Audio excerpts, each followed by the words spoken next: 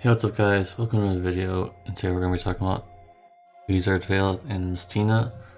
On the global side, they'll be coming out. So, yeah, there's not really any way you can get them, like, really, because you have to pull for all the other ones too, which is a little unfortunate. So, it is what it is.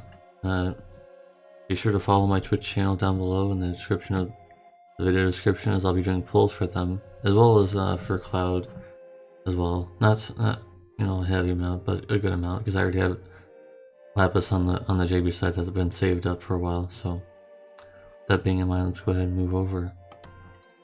So we've got Lezard here. His STMR is just okay. You got it. If you get it, it's just okay. Not really amazing. It's just pretty good. It's not great though, because this doesn't really have much future uses, because true to wield mages will be a lot better. Anyways, he is a long-lasting mage in Dark Visions, even though he has AoE attacks. Basically good because he has 3 elements. You can kind of just work around the AoE, you know, blockage a little bit. I mean, you're gonna lose score, but there's not very many mages right now that have only single target. Shantoto is one of them. Anyways, he did get slightly higher mod boosts. In fact, he got a lot higher mod boosts. And also he has 0.5 times mod boost in his passive, compared to the JB site's 2.2 times mod. Now he has 2.5 times mod to some of his moves. He's very simple to use. He's actually one of the most simplest mages ever, I feel like. He has his cooldown you use, and then you have the chaining, and that's it. That's really all you need to worry about. His limit burst is just I'd rather use his limit burst, even though he does get limit burst mod, or limit burst percentage. Don't really need to worry about that too much. So he does have fire, thunder, and dark elements, and all of those are very strong. But basically, compared to the JP side, the mods are doubled for all of them when you get to max stacks. 120% perils, of course. And just like on the JB side, he does have 75% killers for human, fairy, and undead, or reaper, whatever you want to call them. Very strong unit now. I mean, apparently he's not going to be as strong as Soul, but you can chain with Soul. Only triple casting, but still, you can chain with Soul. Unfortunately, he does not have quad cast, and I thought that they would have boosted this, his chaining move and his cooldown,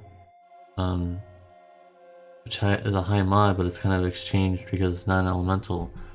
Just imagine if that was like fire or dark or something, you know, one of those things. It would have been a lot stronger, because it has a huge ass mod. Sorry for swearing. He has a huge mod, so would have been nice.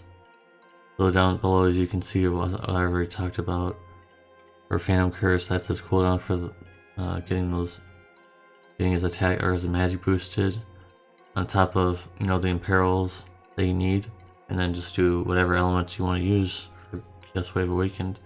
And then in turn 2, of course, you're just going to do Chaos Wave Awakened 3 times. Pretty easy to do, right? So you're pretty much going to have his TMR equipped at all times, because you kind of need it.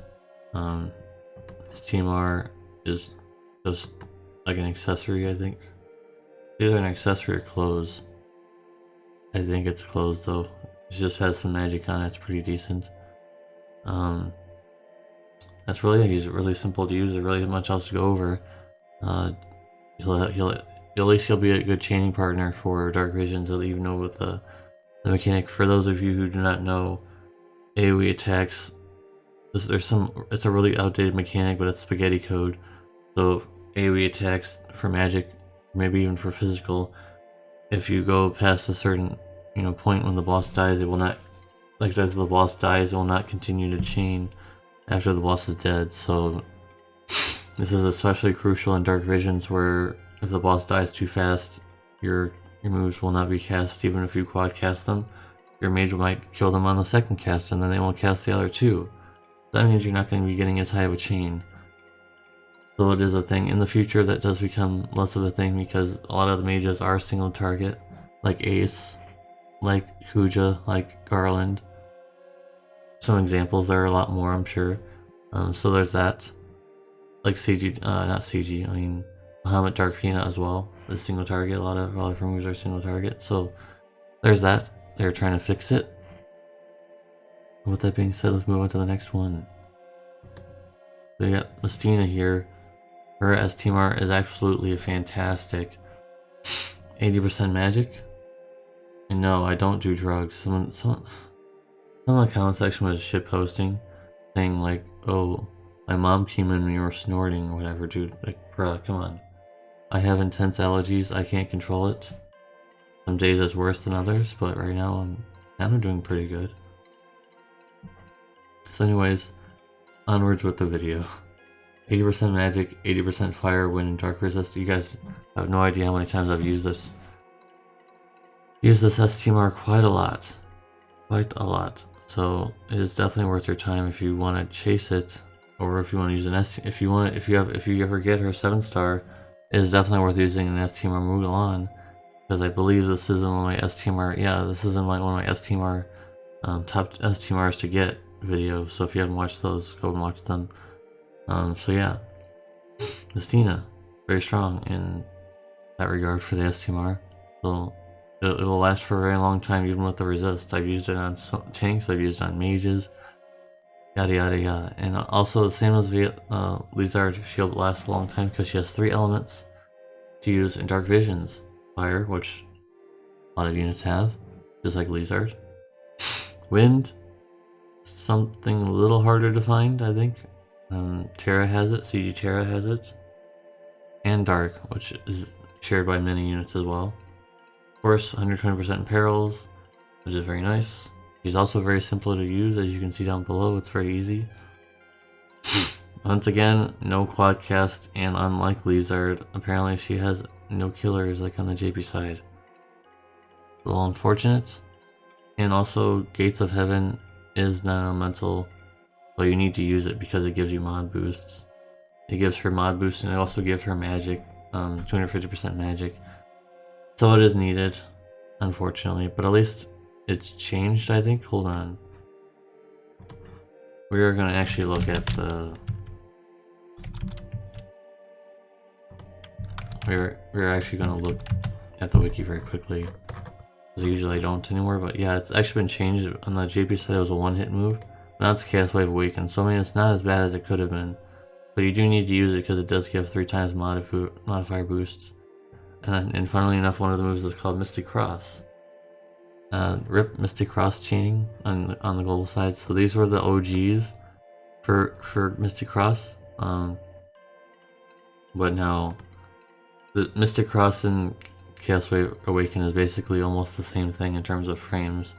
They're basically the same thing anyways, so we didn't really lose out on anything really. So there's that situation.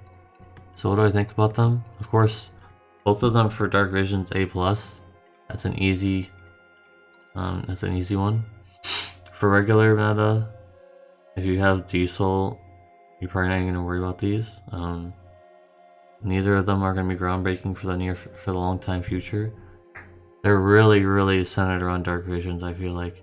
So both of them get like a B+ for regular, like normal game meta, but for Dark Visions, easily an A+.